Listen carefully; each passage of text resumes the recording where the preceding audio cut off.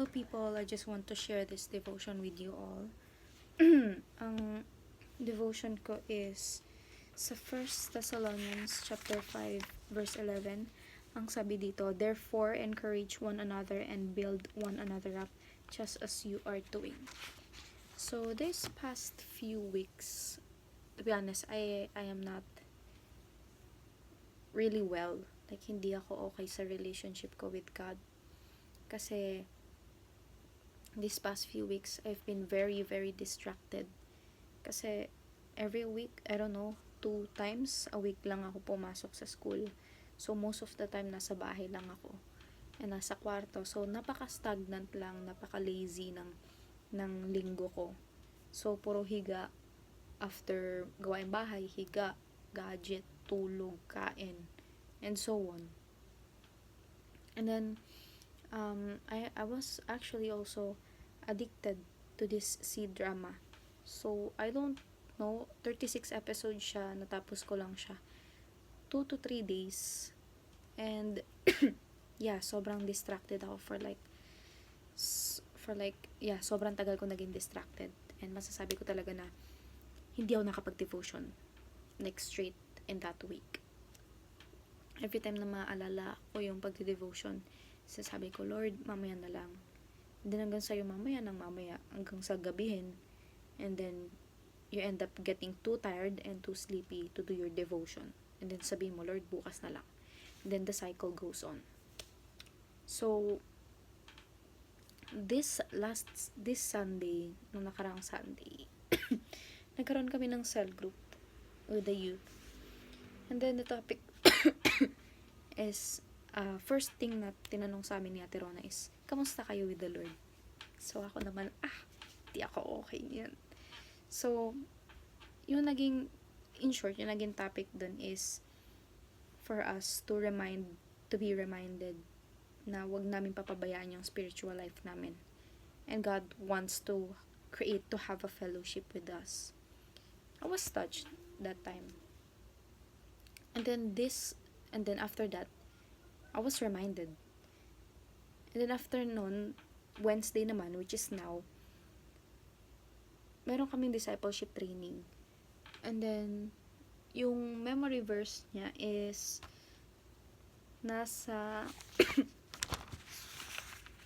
2 Peter chapter 3 verse 18. Ang sabi dito, but grow in the grace and knowledge of our Lord Savior Jesus Christ. To Him be the glory both now and to the day of eternity. Amen. Sabi sa Tagalog, sa halip, patuloy kayong lumago sa kagandahang loob ng ating Panginoon at tagapagligtas na si Jesucristo at sa pagkakilala sa Kanya, sa Kanyang kaluwalhatian, ngayon at magpakailanman. Amen. So, basically yung topic is about paglago ng isang Kristiyano. So, strike number 2. Ganun ulit siya. Na-rebuke uli ako for the second time. And, bago mag-start yung midweek service namin, discipleship training, tinanong kami isa-isa, ano yung isa sa mga dahilan kung bakit hindi lumalago ang isang Kristiyano? Ang sagot ko, syempre, coming from myself, sabi ko, distracted po.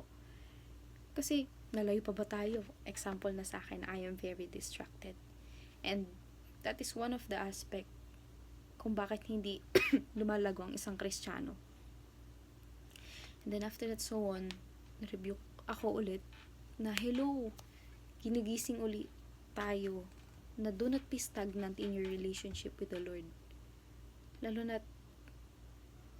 ibang nangyayari ngayon sa mundo. And then as people, bilang anak ng Diyos, as people in Christ, dapat pinangangalagaan natin yung relasyon natin sa Kanya. Dapat hindi natin to pinapabayaan. Yun yung natutunan ko. Talagang karne talaga siya. Ang intense. And then after nun, ngayon naman na nagde-devotion ako, yung memory verse ko for my devotion is matatagpuan sa 1 Thessalonians chapter 5 verse 11. Sabi dito, therefore, encourage one another and build one another up, just as you are doing. So, this chapter, for this context, this is about the day of the Lord nga. Ito yung devotion ko, about the day of the Lord. So, this is a reminder for the people who are in Christ to be alert and of sober-minded, and to pray without ceasing, do not quench the spirit, at marami pang iba. So, ito na naman, strike 3. Bro, strike 3. And then, nagbabasa ako kanina. So, napaka-malaman, napaka-meaty ng chapter na to. And then, sa ngayon sa pagde-devotion ko, I decided to write it down in my devotion notebook. And then, nag-browse ako ng mga past devotions ko. Grabe ang laki ng laktaw. And then, I stumbled upon this devotion. Nakasulat siya sa 1 Peter chapter 5 verse 8. So it is about be alert and of sober-minded. So strike 4. And then, reading this interpretation, this reflection, it made me realize how I have been stagnant. And kung paano ko hindi na bantayan ang aking spiritual life. In short, I failed to do that. And then, sa application pa, sabi dito, be careful on what you watch, entertain. Number 2, stay in God's presence. Mag-devotion lagi. Number 3, when such thoughts comes in your mind, do not dwell on it. And number 4, you can listen to worship songs. So, sa lahat ng mga devotion ko, isa lang ang akin nagawa. Mag-listen sa worship songs. And then, etong mga ito, hindi ko siya nagawa. So, strike number 4. So, naniniwala ko na hindi talaga aksidente to. Akin to. Para talaga sa akin to. Given na, yes, sobrang aware ako na hindi talaga ako doing well in my relationship with the Lord. Strike puro, 4 na reminders ni Lord sa akin. So, nakakahiya. Ngayon, sobrang nagigilty talaga ako for being idle and stagnant. And I'm very grateful for the Lord for correcting me on gentle and on hard correction. And yan, nakakahiya sa Lord kasi nakatatlong memory verse pa bago ako makalabit, bago ako mayugyug. 'Di ba? 1 Peter 5 verse 8, 2 Peter chapter 3 verse 18. Tapos 1 Thessalonians chapter 5 verse 11. 'Di ba?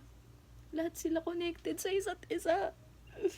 So, grabe yung pangungusap ni Lord. Like, talagang, anak, gumising ka na. Bakit mo ko kinalimutan? And I'm very sorry, Lord. I'm very guilty. So, sorry talaga, Lord. Pero yung naging devotion ko to. Tapos nakalimutan ko siya. I'm so sorry, Lord. Mula ngayon talaga, ayoko mangako. Pero Lord, gagawin talaga yung best ko para mag-devotion araw-araw. I'm gonna make it my lifestyle. Yes. So, thank you so much, Lord, for this correction, and I really appreciate it.